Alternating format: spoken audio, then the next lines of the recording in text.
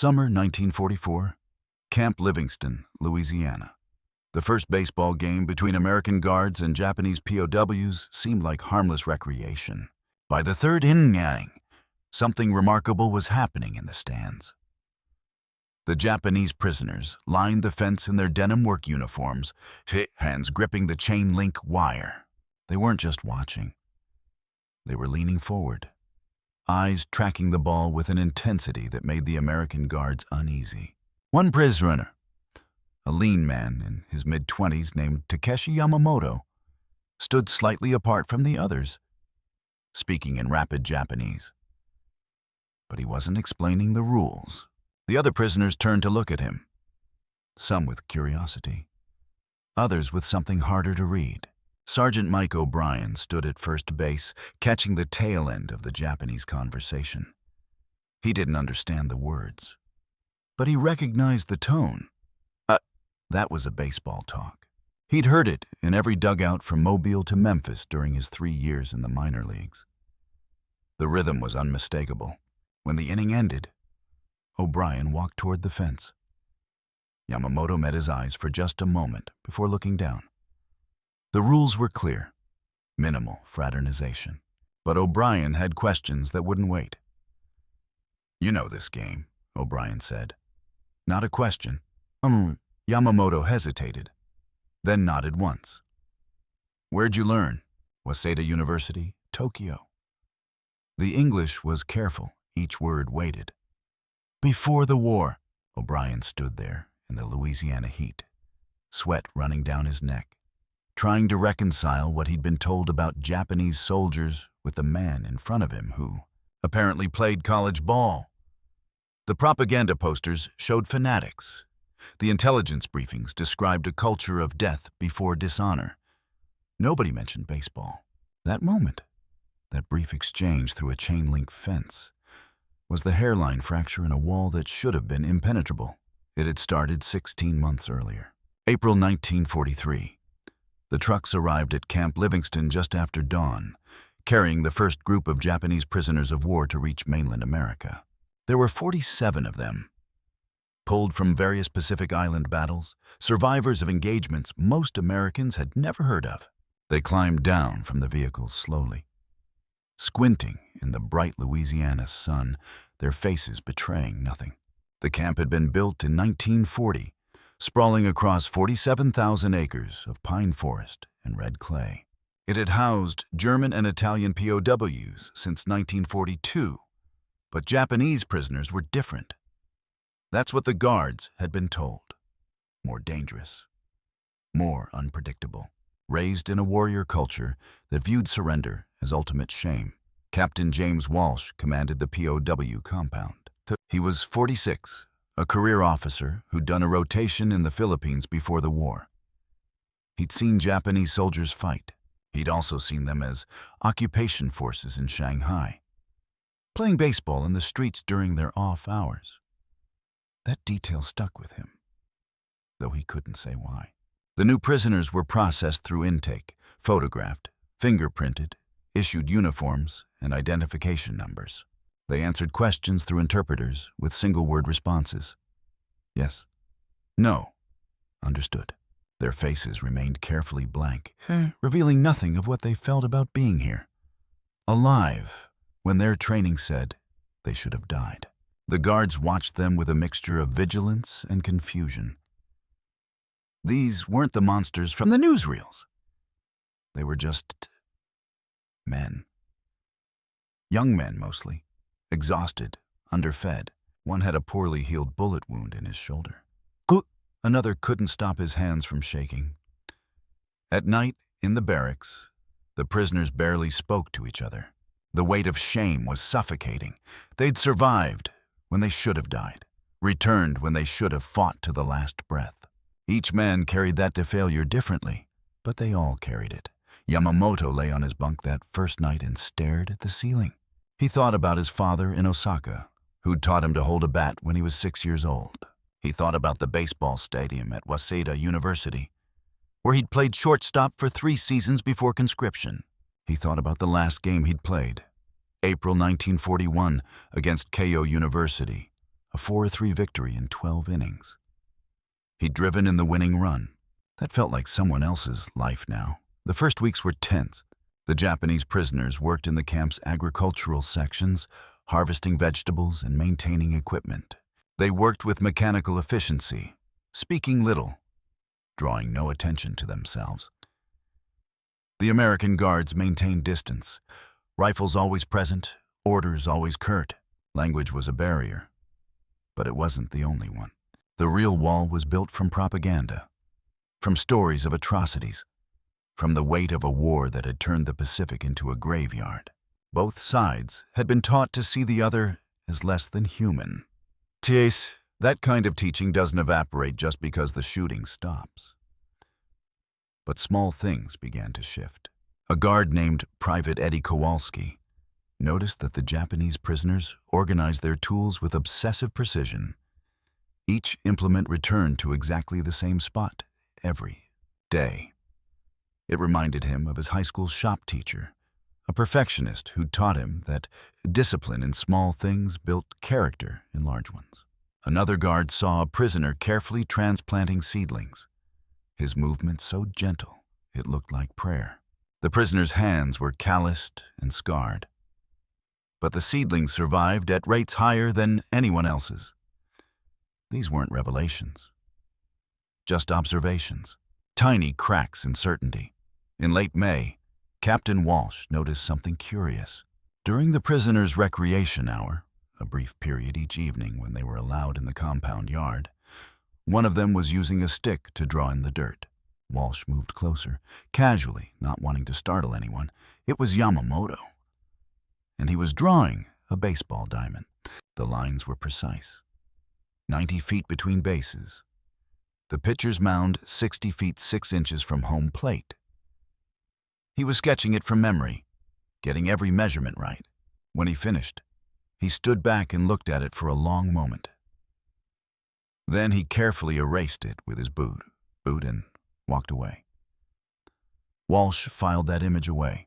He didn't know what it meant yet, but he knew it meant something. By July, the camp held nearly 200 Japanese POWs. The population had grown as more prisoners were transferred from temporary facilities across the Pacific. The work expanded. Road maintenance, forestry, construction projects. The prisoners labored without complaint, efficient and silent. But Walsh kept thinking about that baseball diamond in the dirt. He'd read intelligence reports about pre-war Japan. Baseball had exploded in popularity there since the 1920s. Imported by American teachers and embraced with an intensity that surprised everyone. High school tournaments drew massive crowds. Professional leagues formed. Japanese players studied American technique with the same dedication they applied to everything else, refining it, perfecting it, making it their own. The irony was almost painful. Here they were, two nations trying to destroy each other, and they'd been playing the same game all along. Walsh made a decision that some of his superiors would question. He proposed using baseball as recreational therapy for the prisoners. The official justification was morale and mental health. Keeping POWs engaged reduced escape attempts and disciplinary problems. But Walsh had another theory, one he didn't put in writing. He thought the game might be a bridge. The proposal went up the chain of command. Surprisingly, it came back approved. Equipment was ordered. Bats, balls, gloves, bases. It would take weeks to arrive, but it was coming. When Walsh informed the senior Japanese prisoners through an interpreter, the response was complicated. Some prisoners showed interest immediately, a flicker in the eyes, a slight lean forward. Others remained stone-faced. One older prisoner, a former sergeant named Hiroshi Tanaka, spoke up through the interpreter. "With respect, Captain, we are prisoners of war. To play games with our captors would be inappropriate." The interpreter struggled with the final word. The Japanese concept was more complex. Something about honor, about the proper behavior of defeated soldiers, about not giving the appearance of having made peace with defeat. Walsh understood the resistance. These men had been raised in a culture where shame was worse than death. Playing baseball with American guards might feel like collaboration, like acceptance of their failure to die honorably. "I understand your concern," Walsh said carefully. "But consider this. You played baseball before the war. The game hasn't changed. Neither have you, fundamentally. This isn't about forgetting where you are. It's about remembering who you were." The interpreter translated. Several prisoners shifted uncomfortably. Yamamoto stared at the ground, his jaw tight. "Think about it," Walsh said. "No one is required to participate, but the equipment is coming. Those who wish to play will be allowed to." The equipment arrived on a humid August afternoon. Wooden bats, leather gloves worn soft from use, donated from high schools and community leagues across Louisiana. A dozen baseballs, some nearly new. Canvas bases, a catcher's mask, and chest protector. They were stored in a supply room near the recreation yard. Word spread quickly among the prisoners. That evening, during recreation hour, Yamamoto found himself drawn to the supply room. The door was open. A guard stood nearby, but not blocking the entrance. An invitation without words. Yamamoto stepped inside Ipefatai. The smell hit him first. Leather and wood and something else. The ghost of 100 games, grass stains and sweat in summer. He picked up a glove, turned it over in his hands. It was a first baseman's mitt, oversized and pocket-worn. He slipped his hand inside. It fit perfectly. He stood there holding that glove. And for the first time since his capture, he felt something other than shame. He felt the weight of a baseball that hadn't been thrown yet.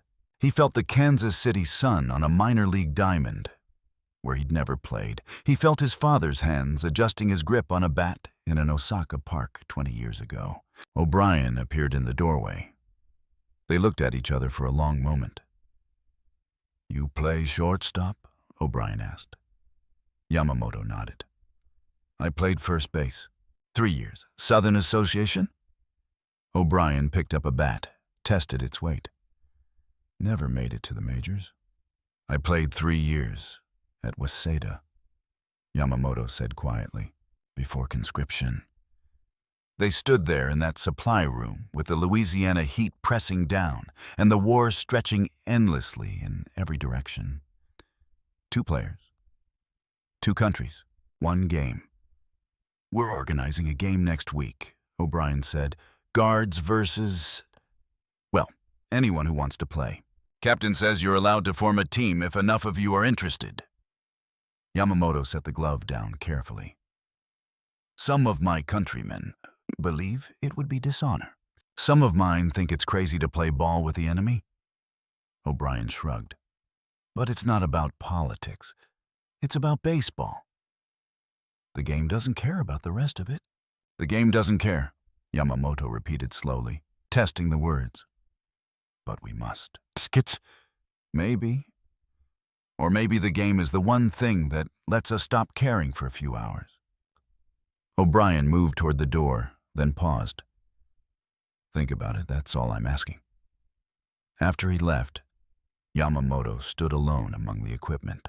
Through the window he could see other prisoners in the yard. Some were watching him, waiting to see what he would do. He thought about his father's hands, guiding his grip. He thought about the roar of the crowd at Waseda, the way the stadium shook when someone hit a home run. He thought about the last time he'd felt purely alive, purely himself, without the weight of war and empire and duty crushing down. It had been on a baseball diamond, slowly, carefully, as if handling something sacred. Yamamoto picked up the glove again. He punched his fist into the pocket. Once. Twice. The leather responded with a satisfying thump. A sound that crossed oceans. A sound that needed no translation. Outside, the sun was setting over Louisiana, painting the sky in shades of orange and red. The same sun that rose over Osaka every morning. The same game that played the same way, no matter which uniform you wore. Yamamoto walked out of the supply room carrying the glove. He didn't put it down. The first practice happened on a Wednesday afternoon in late August. 12 Japanese prisoners showed up. Not a full team, but enough. They stood at the edge of the diamond that had been marked out in the recreation yard, looking at the bases like they were landmines. Yamamoto was among them. The first baseman's mitt tucked under his arm. So was a younger prisoner named Kenji Sato, who'd been a pitcher for his high school in Kyoto, and Hiroshi Tanaka, the older sergeant who'd spoken against the idea initially. He carried a catcher's mitt, his face betraying nothing. The prisoners who chose not to participate watched from the barracks windows, silent witnesses, judging or envying, or both. Captain Walsh had arranged for O'Brien and 5 other guards to be present, not as supervisors, but as players. They wore civilian clothes, an attempt to blur the lines a bit. It didn't quite work. The tension was thick enough to choke on. "All right," Walsh said through the interpreter. "Let's just throw the ball around. See what we've got." What they had was immediately obvious. Sato's first pitch exploded from his hand with violent precision. The ball moved, not just fast, but alive, dancing in ways that made the catcher flinch. O'Brien, watching from the sideline, felt his stomach drop. He'd faced pitchers like that in the Southern Association. They were the ones who made the majors. Yamamoto fielded ground balls with liquid grace, his movements so economical they looked effortless. He had the shortstop's gift, making difficult plays look routine, being exactly where the ball wanted to go before it got there. One of the American guards hit a sharp grounder to his left. Yamamoto glided, bare-handed the ball, and threw across his body to first base in one continuous motion. Perfect. "Jesus Christ," muttered Private Kowalski. "Where'd they find these guys?" The Japanese team ran through drills with military precision, but it was more than that. There was joy underneath the discipline. You could see it in the way Sato adjusted his grip on the ball, testing different grips for different pitches. In the way Yamamoto talked his teammates through positioning, his voice animated in a way it never was during the work details. In the way even Tanaka, stone-faced Tanaka, couldn't suppress a slight smile when he threw out a runner trying to steal second. They'd been playing this game since childhood. Some things war couldn't take away. O'Brien walked over to Yamamoto during a water break. "You said Waseda University, right?" Yamamoto nodded. "What position?" "Shortstop. 3 years. We won the Tokyo Big Six League twice." O'Brien let out a low whistle. That's serious baseball." "Your minor league is serious baseball," Yamamoto said. "Southern Association. That is 1 level below majors, yes?"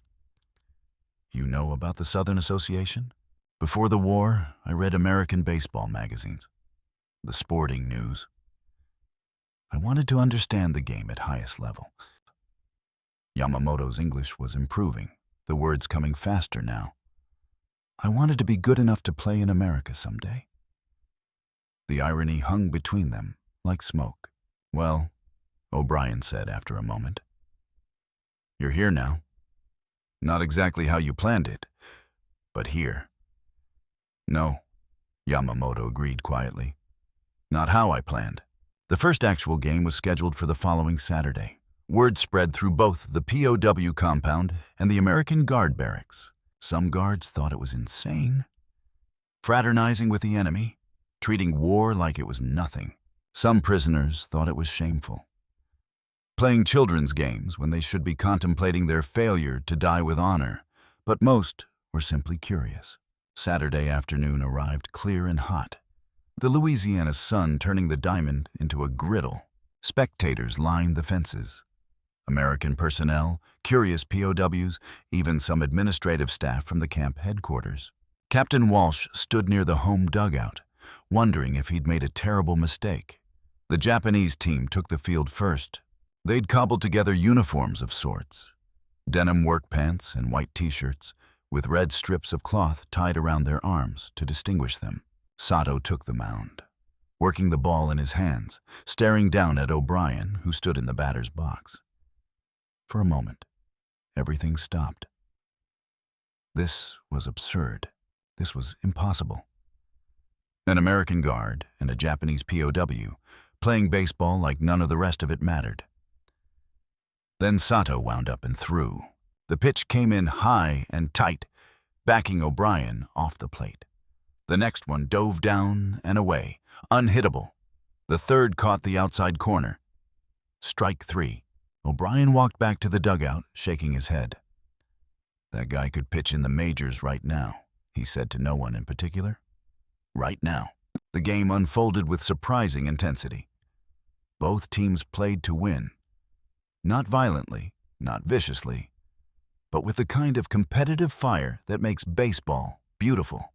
The Japanese team played small ball, bunts, stolen bases, hit and runs. They manufactured runs through precision and discipline. The American team relied on power, trying to drive the ball into gaps, swinging for the fences. By the third inning, something remarkable was happening in the stands. The Japanese prisoners who hadn't wanted to play were now pressed against the fence, watching intently. Yamamoto came to bat with 2 runners on, and you could hear them murmuring in Japanese, encouragement, advice, hope. When he lined a single into right field, driving in both runs, the sound that erupted from the prisoners was quickly stifled.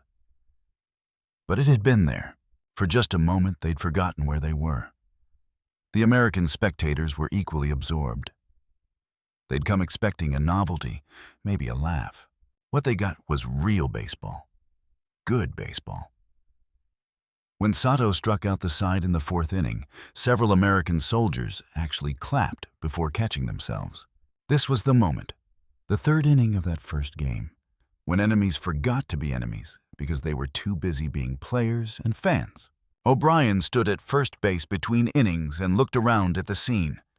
Japanese prisoners coaching in rapid dialect from the sidelines. American guards studying the Japanese. Pitchers' mechanics. Everyone unified by the simple geometry of a diamond and the crack of wood on leather. The war didn't stop. The fences were still there. The guards still carried rifles. But for these few hours, something else was possible. The game ended 7-5, Japanese team winning. Both sides lined up afterward. And in a moment that would have seemed impossible a month earlier, they shook hands. Not warmly, not like friends, but with respect. The respect of players who'd competed well. "Your pitcher is something special," O'Brien said to Yamamoto as they walked off the field. "Your power hitting is impressive. In Japan, we teach contact and speed. You teach strength." Yamamoto paused. "Both ways work. Maybe there's something to learn from each other." Maybe. That night in the POW barracks, the conversation was different. Men who'd maintained rigid silence for months were arguing about baseball strategy. Should they have bunted in the 6th inning? Was Sato throwing too many pitches? Could anyone in the camp hit O'Brien's curveball? Tanaka sat on his bunk, cleaning the catcher's mitt. A younger prisoner approached him cautiously. "Sergeant, I thought you said playing with the Americans was inappropriate." Tanaka looked up. His face was still hard, but something in his eyes had softened. "I said it might be inappropriate. I was wrong." He went back to working oil into the leather. Baseball is not politics. Baseball is baseball. But we are prisoners. We are men who know how to play baseball. That has not changed. Our situation has changed. Our identity has not. Tanaka's voice was firm. "When I was behind the plate today, I was not a failed soldier. I was a catcher. I knew what pitch was coming next. I knew how to frame it. I was doing something I know how to do well. Do you understand?" The younger man nodded slowly. "Good. Now go to sleep. We play again next week, and I want to beat them by 10 runs. The games became regular. Every Saturday afternoon, weather permitting. Teams formed, rosters solidified, more prisoners joined. Even a few who'd resisted initially found themselves drawn to the diamond. The sound of a well-hit ball carries its own argument. By September, they'd organized a league of sorts. 3 POW teams, 2 guard teams. Standings were kept. Statistics were tracked. Yamamoto kept a notebook where he recorded every game, every at-bat, like the official scorebooks he'd maintained at Waseda. The interactions evolved. American guards started asking Japanese players for technique advice. How do you grip a split-finger fastball? What's the footwork for turning a double play? The Japanese players, in turn, studied American power-hitting mechanics, trying to understand how to generate that kind of force. O'Brien and Yamamoto developed something that wasn't quite friendship, but wasn't exactly not friendship either. They talked baseball constantly, comparing Japanese and American styles, debating strategy, analyzing games they'd played years ago in completely different worlds. The war was always there, unspoken but present, but baseball gave them a language that existed outside it. One afternoon in October, O'Brien brought a worn copy of the Sporting News to practice. He'd received it in a care package from home. He handed it to Yamamoto without a word. Yamamoto held it like it was sacred text. He read every article, studying box scores from games played thousands of miles away, absorbing information about players and teams and standings. When he finished, he looked up at O'Brien with something like gratitude. "Thank you," he said simply. "Keep it. I've read it cover to cover 3 times already." "I cannot." "You can. Think of it as baseball diplomacy." O'Brien smiled slightly. "Besides, I want to hear your analysis of whether the Cardinals can take the pennant." They sat on the bleachers and talked baseball for an hour, their voices mixing with the sound of other players warming up, with the Louisiana wind moving through pine trees, with the distant rumble of trucks carrying supplies through camp.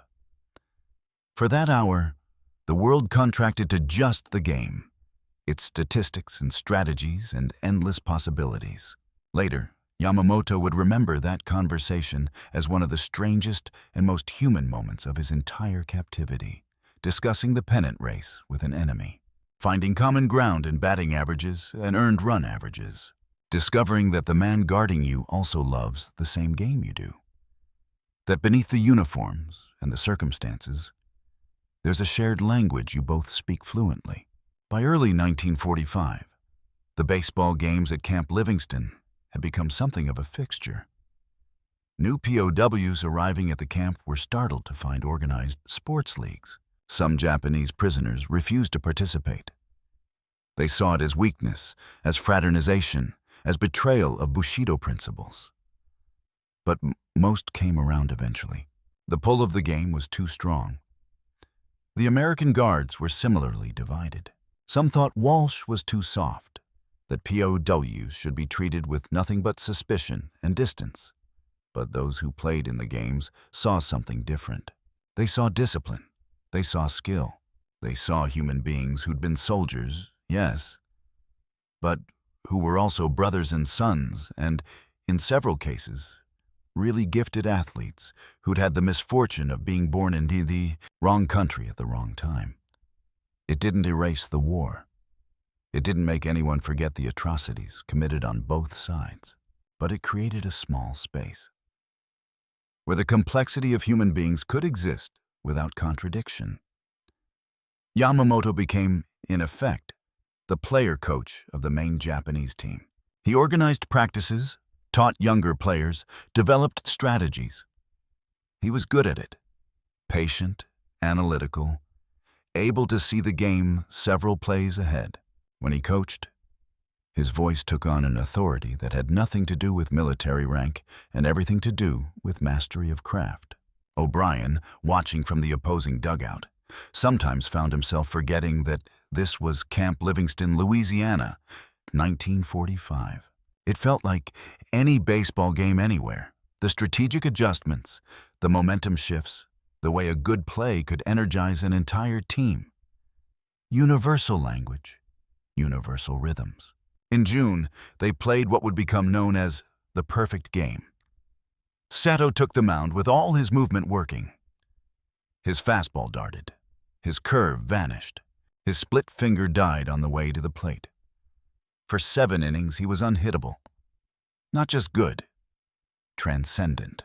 The kind of performance that happens maybe once in a pitcher's lifetime. When everything aligns and the ball goes exactly where the mind directs it. The American team couldn't touch him. Strikeout after strikeout. Weak grounders, harmless pop-ups. By the 8th inning, everyone, both teams, all spectators, was aware they were watching something special. O'Brien came to bat in the 9th inning with 2 outs. The perfect game was within reach. The camp had gone silent, the tension unbearable. Sato went into his windup. O'Brien swung and missed at a pitch that defied physics. Strike 3. Perfect game. For a moment, no one moved. Then the Japanese prisoners erupted, shouting, jumping, rushing the field. The American guards stood stunned. Then, incredibly, they started clapping, applauding an enemy pitcher who'd just humiliated their team.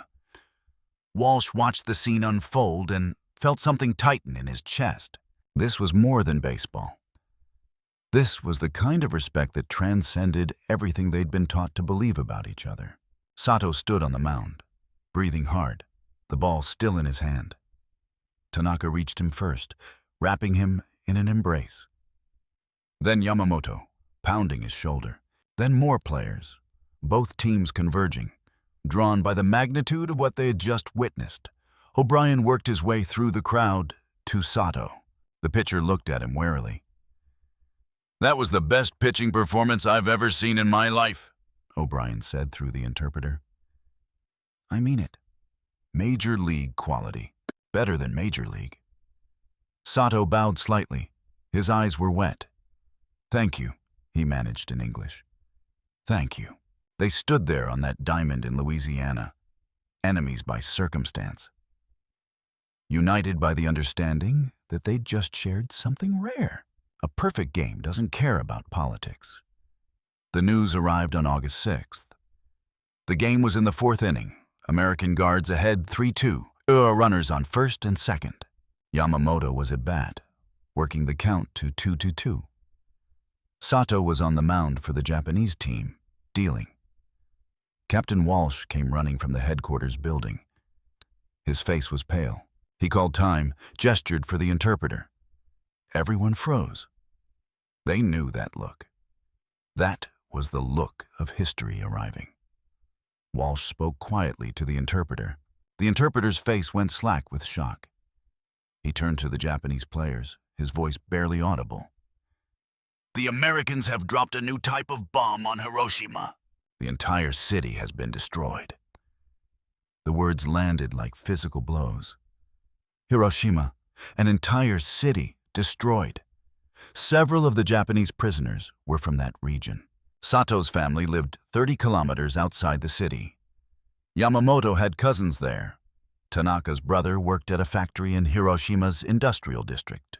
The ball rolled away from home plate. Nobody moved to retrieve it. The American players stood frozen, not knowing what to do or say. They'd known something big was coming. You could feel it in the way the war news had been shifting. But this? The magnitude was incomprehensible. Yamamoto dropped the bat. It fell into the dirt with a hollow thump. He stared at the ground, his face empty of everything. Sato walked off the mound slowly, mechanically. He made it to the edge of the diamond before his legs gave out. He knelt in the dirt, his head down, his shoulders shaking. For several long minutes, everyone just stood there on that baseball diamond while the Louisiana sun beat down and the news settled over them like ash. The war had always been present, yes, but at a distance. This brought it crashing back with terrible immediacy. O'Brien wanted to say something, anything. But what words exist for a moment like this? "I'm sorry your city was destroyed"? "I'm glad we're winning"? Neither was true. Neither was enough Walsh finally spoke. Games canceled. Everyone back to quarters. The Japanese prisoners filed away silently. Some were crying. Most were simply numb. They'd lived for years with death and destruction. But this was different. This was apocalypse given form. The American guards watched them go. Nobody celebrated. Nobody high-fived. They'd dropped a bomb that vaporized a city, and it felt less like victory than like damnation. Yamamoto was the last to leave the field. He stood at shortstop, looking at the bases, at the diamond they'd played on every Saturday for months. All of it felt meaningless now, small, childish. O'Brien approached him carefully. "Yamamoto." "Please don't," Yamamoto said quietly. "There is nothing to say." "I know. I'm sorry." "Are you?" Yamamoto's voice was hollow. "Your country did this. Your bomb. Your victory. It's not about victory. It's about..." O'Brien stopped. He didn't know what it was about. "It's about ending the war. By destroying cities. By killing everyone." Yamamoto looked at him finally, and his eyes were full of something terrible. "This is how you play the game." He walked away before O'Brien could respond. That night, the barracks were silent, except for the sound of men weeping quietly.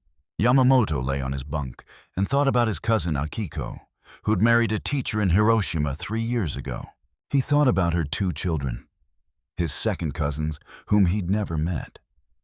He thought about whether they'd felt anything when the bomb fell, or whether it had been instantaneous. He thought about baseball, and how stupid it seemed now, how meaningless. What did a perfect game matter when entire cities could be erased? The equipment, the gloves and bats and balls, sat in the corner of the recreation yard, untouched. Nobody had the heart to put them away. They just sat there in the August heat, monuments to something that felt very far away now. 3 days later, a second bomb fell on Nagasaki. Then the war ended. Japan surrendered. The POWs would be going home soon, back to a country they barely recognized, to cities that might not exist anymore, to families who might be dead. Baseball seemed like a lifetime ago. But the gloves were still there. The days after the surrender were strange. The war was over. Japan had capitulated. Emperor Hirohito's voice had crackled over radios across the Pacific, announcing the unthinkable, unconditional surrender. For the Japanese prisoners at Camp Livingston, it should have brought relief. Instead, it brought a kind of paralysis. They'd survived. Their country had lost. Everything they'd been taught about honor and duty had collapsed into a reality where survival meant living with the knowledge that they'd failed every principle they'd been raised to uphold. Now they'd go home to that failure, to rebuild a nation from ashes. The baseball equipment still sat in the corner of the recreation yard. Nobody had touched it in 2 weeks. It felt wrong somehow, playing games when the world had just ended and begun again simultaneously. But on a humid afternoon in late August, Yamamoto walked out to the diamond. He picked up a glove and stood at shortstop. Just stood there, testing the weight of memory against the weight of what came next. O'Brien saw him from across the yard. He hesitated, then grabbed his own glove and walked out to first base. They stood at their positions, 40 feet apart, saying nothing. Then Yamamoto picked up a ball and threw it. Not hard, just a soft toss. O'Brien caught it and threw it back. They played catch like that for several minutes, the ball arcing between them in the late afternoon light. Other prisoners began drifting out. Sato emerged from the barracks, walked to the mound, picked up a ball. Tanaka strapped on the catcher's gear. A few American guards joined them. Nobody spoke. They just took their positions. They played a game that evening with no score kept, no winner declared. They played because not playing felt like letting the bomb have the final word. They played because the diamond was the one place where their identities as players had had mattered more than their identities as enemies. They played because it was the only language they had left that made sense. Yamamoto came to bat in the third inning. Sato threw him a fastball right down the middle. Not because he couldn't locate better, but because this wasn't about competing anymore. Yamamoto swung and sent the ball sailing into left field. He ran to first base, and when he got there, O'Brien was waiting with his glove off, his hand extended. They shook hands. Former enemies. Current something else. The categories had broken down, leaving only the human underneath. September brought paperwork and logistics. The repatriation process would take months. Arranging transport, processing thousands of POWs, coordinating with occupation forces in Japan. The prisoners at Camp Livingston wouldn't go home until sometime in early 1946. So they kept playing baseball. It was different now. The competitive fire was still there, but softened by the knowledge that these games were temporary. Soon they'd scatter, the Japanese prisoners back to a conquered homeland, the American guards back to peacetime lives. The diamond would go back to being just dirt and grass. But for now, they had Saturday afternoons. Captain Walsh organized a final tournament, a series of games between the various teams, culminating in a championship match. It gave everyone something to focus on besides the uncertainty of what came next. The games that September had a bittersweet quality. Extraordinary plays were met with applause from both sides. Close games felt more like collaborations than competitions. When Sato pitched, American guards studied his mechanics openly, asking questions through interpreters. When O'Brien hit a home run, Japanese prisoners cheered alongside the Americans. The championship game happened on a Saturday in mid-September, temperature finally dropping below 90 degrees. Yamamoto's team versus a mixed squad of guards and prisoners who'd formed an all-star roster. The stands were packed. Every guard off duty, every prisoner who could attend. Even some administrative staff who'd heard about these games and wanted to witness them before they ended. It was beautiful baseball. Not perfect. There were errors, missed opportunities, strategic mistakes.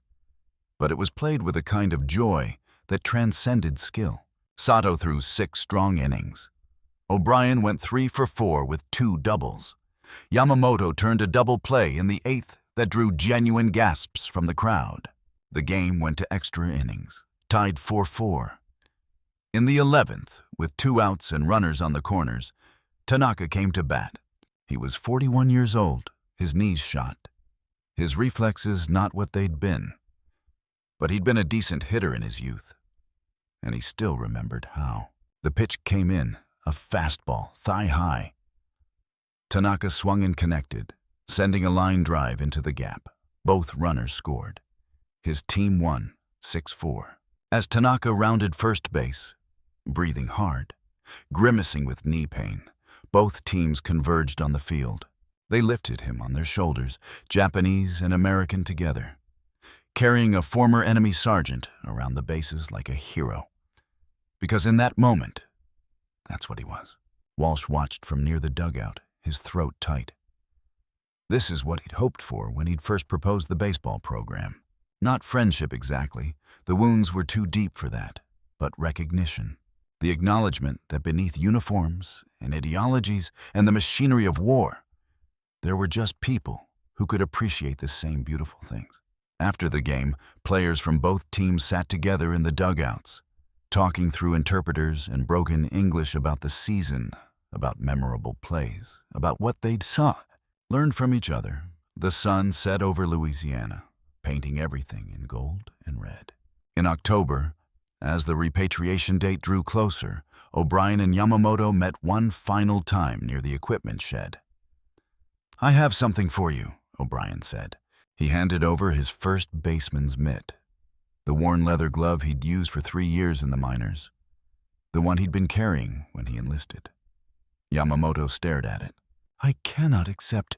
"You can. You should." O'Brien pressed it into his hands. "Take it back to Japan. Use it. Teach someone else how to play." Yamamoto held the glove like it was made of glass. His eyes were wet. "Thank you. There are no words." You don't need words. O'Brien paused, choosing his next statement carefully.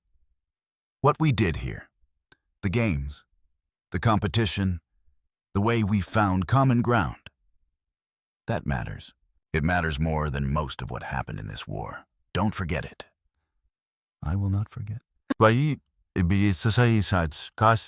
Yamamoto reached into his pocket and pulled out his worn notebook, the one where he'd kept score of every game since August 1944. He handed it to O'Brien. You keep this. Remember the games too. They shook hands. It wasn't goodbye. They both knew they'd never see each other again.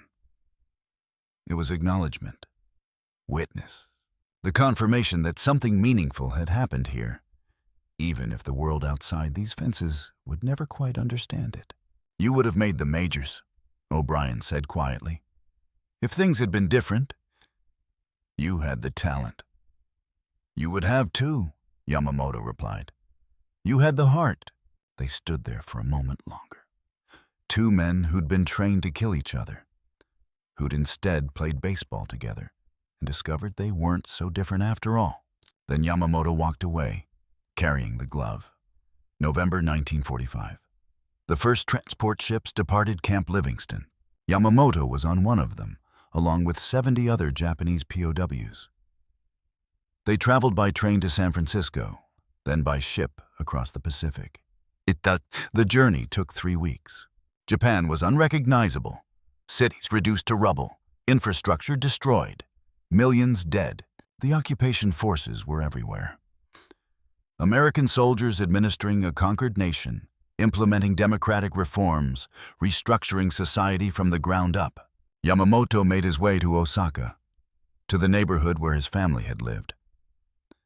The house was gone, replaced by ash and broken concrete. But miraculously, his father had survived. He was living in a temporary shelter, 68 years old, 20 pounds lighter, but alive. They embraced, and Yamamoto wept for the first time since his capture. That night, as they sat in the shelter sharing thin soup, his father noticed the baseball glove. Where did you get that? He asked.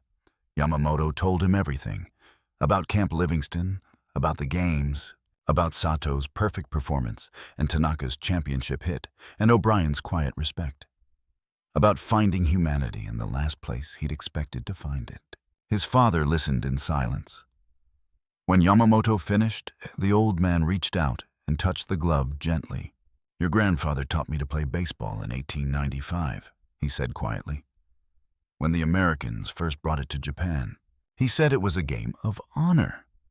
Not the honor of victory, but the honor of playing well, of respecting your opponent, of doing your best regardless of outcome. He looked at his son. You honored the game. That matters. Yamamoto clutched the glove tighter. In a world turned upside down, where everything he'd believed had crumbled, baseball remained. The same game, the same principles, the same strange alchemy that turned competitors into something like brothers. Japan was slowly rebuilding. The occupation forces encouraged baseball as a democratic sport. A game of rules and fair play, they said, perfect for teaching democratic values. Professional leagues reformed. High school tournaments resumed. In a devastated nation searching for meaning, baseball offered something familiar and hopeful. Yamamoto got a job teaching at a high school in Osaka. Within months, he'd volunteered to coach the baseball team. Using O'Brien's glove and the techniques he had learned at Camp Livingston, he began training students. He taught them American power hitting, alongside Japanese small ball. He taught them that competition could coexist with respect. He taught them that your opponent wasn't your enemy. He was the person who pushed you to be better. His teams won a lot. By 1950, his high school had claimed 2 regional championships. By 1955, they'd made it to Koshien, the national tournament, the pinnacle of Japanese high school baseball. Scouts from professional teams came to watch. They wanted to know where this coach had learned his methods. Yamamoto never talked about the war, but he talked about baseball constantly. The geometry of the game, the psychology of pitching, the way a well-executed play could be more beautiful than any art. His players loved him. They called him sensei with genuine reverence. Other former POWs followed similar paths. Sato became a pitching coach in Tokyo, teaching young players the split-finger fastball he'd perfected in Louisiana. Tanaka worked with a youth league in Kyoto, passing on the catching techniques he'd learned from American players. All across Japan, men who'd been prisoners of war were now teaching the next generation, carrying forward the strange gift they had received in enemy camps. The irony wasn't lost on anyone. Baseball had been popular in pre-war Japan, yes, but it had been militarized, used to teach obedience, sacrifice, Bushido values. What the POWs brought back was different. They'd learned baseball as a bridge between enemies. They'd experienced the game as something that transcended politics and ideology. That version of baseball as common language, as recognition of shared humanity, that's what they taught. By the 1960s, Japanese baseball was world-class. The techniques were sophisticated, blending American power with Japanese precision. The leagues were competitive. The fans were passionate. And at the root of much of it were the seeds planted in places like Camp Livingston, where enemies had played catch and discovered they weren't really enemies at all. O'Brien went back to Louisiana after his discharge. He never played competitive baseball again. His knees were shot, and besides, he was 34 years old. Too old for the minors, too broken for the majors he'd never quite reached anyway. He got married, had 3 kids, worked at a hardware store in Baton Rouge. Normal life, unremarkable by most standards. But he kept Yamamoto's notebook in a drawer by his bed.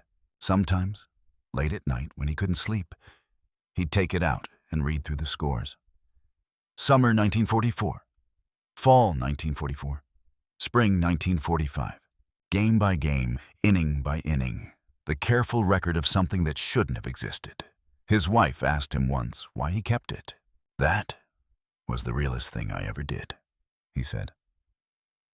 Everything else, the war, the killing, the hatred, that was the noise. But those games? That was signal. That was the truth underneath. She didn't fully understand, but she recognized the weight of it in his voice. In 1967, O'Brien's grandson asked him about the war. The boy was 12, obsessed with baseball, full of questions about what it had been like. O'Brien pulled out the notebook and told him about Yamamoto, about the shortstop who'd played for Waseda University, who'd thrown out runners with effortless grace, who'd taught O'Brien that enemies were just people on the other side of a temporary line. "Did you ever hear from him again?" the boy asked. "No, I don't even know if he survived the trip home. Japan was destroyed, kid. A lot of people didn't make it." "But you think about him." "I think about him every time I see a baseball game. Every time I hear that crack of the bat." O'Brien smiled slightly. It's the same in any language. That's what we figured out in Louisiana. The game doesn't care about the rest of it."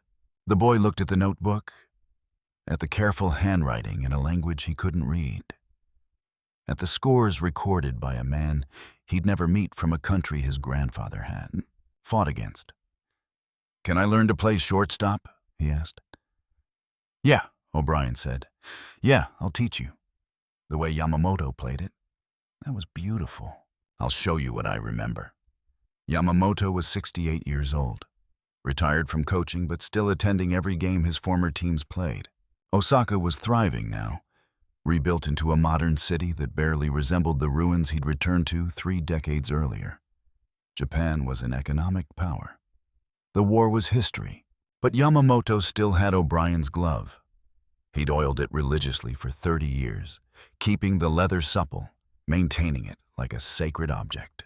He'd never let any of his players use it. It wasn't for playing anymore. It was for remembering. One evening, his daughter found him in his study, holding the glove and staring at nothing. "Father, are you all right?" He looked up, startled. "Yes. Sorry. I was just thinking. About the war. About baseball. About Louisiana. About a man I knew there." She'd heard fragments of this story over the years. Enough to know it mattered. Not enough to understand why. "Do you think he's still alive?" she asked. "I don't know. Probably. We're about the same age." "You could try to find him." Yamamoto considered that. Find O'Brien, write a letter, confirm that both of them had survived, had built lives, had carried forward what they'd learned on that diamond. It was tempting. But in the end, he didn't do it. Some things were meant to live in memory, not reality. The man he'd known in 1944 was frozen at that moment, young, passionate about baseball, willing to see past uniforms to the person underneath. If O'Brien was still alive, he was old now, probably changed. Maybe the magic wouldn't translate. Better to keep it as it was, perfect in memory, uncomplicated by time. "No," Yamamoto said finally. "I don't think I will. But I hope he's well. I hope he's happy. I hope he still loves baseball." His daughter kissed his forehead and left him alone with his memories. The legacy lived on in ways neither man could have predicted. By the 1980s, Japanese baseball was rivaling American baseball in quality and passion. Players were training with methods developed by coaches like Yamamoto, coaches who'd learned their craft in the strangest universities imaginable. The 1984 Summer Olympics included baseball as a demonstration sport, and Japan's team shocked observers with their skill and discipline.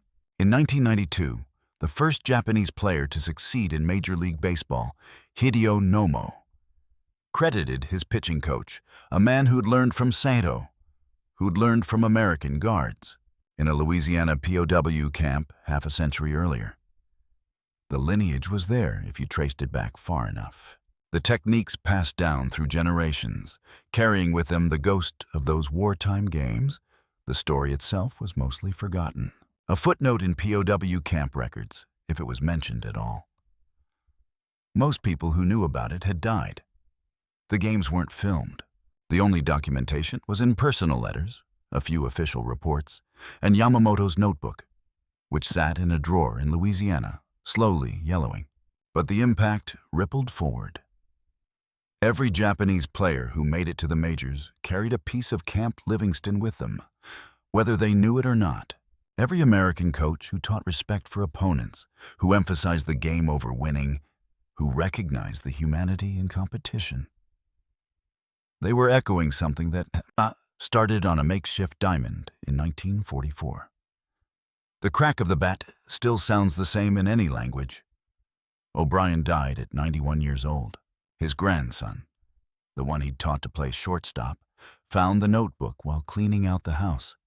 He read through it carefully, recognizing the significance even if he couldn't read the Japanese characters. He donated it to the Louisiana State Museum, where it was cataloged and filed away in climate-controlled storage. Yamamoto died at 101, outliving most of his generation. His children held a small funeral.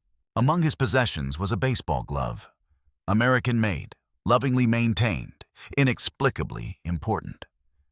His daughter kept it, unable to explain why, but knowing it mattered. The two men never spoke again after Camp Livingston. Never wrote letters, but never confirmed whether the other had survived, had thrived, had remembered. But for both of them, those games in Louisiana remained the truest thing they'd experienced in all their years. The moment when enemies had played catch and discovered they were just men who loved the same beautiful game. Baseball continues in America, in Japan, in dozens of countries across the world. The game spreads, adapts, evolves. But certain things remain constant. The diamond is still 90 feet between bases. The pitcher's mound is still 60 feet 6 inches from home plate. The sound of wood meeting leather still transcends language, nationality, ideology. And sometimes, not often, but sometimes, competitors look across at each other and recognize not an opponent, but a fellow traveler. Someone who understands what it means to play the game well. Someone who honors the shared ritual of competition. That recognition, that moment of seeing the human on the other side, that's the legacy of Camp Livingston. Not friendship, necessarily. Not forgetting the war or pretending the violence didn't happen, but acknowledgement, the understanding that our common humanity often hides in unexpected places. Sometimes in the simple joy of a game played well. Sometimes in the crack of a bat on a Louisiana afternoon. Sometimes in the way a glove fits your hand perfectly, regardless of who made it or where you're from, or what uniform you wore when the world was trying to tear itself apart. The game doesn't care about the rest of it. The game is just the game. And that, in the end, might be the most profound thing we can say about each other. That there are spaces where the noise falls away and only the truth remains, where enemies become players, where war gives way to sport, where the geometry of a diamond reveals the geometry of our shared souls. Yamamoto and O'Brien played baseball together in the summer of 1944. The war raged on. Cities burned. Millions died. But for a few hours every Saturday, on a makeshift field in Louisiana, two men stood at their positions and played catch and remembered what it meant to be human. That memory echoed across decades. It echoes still.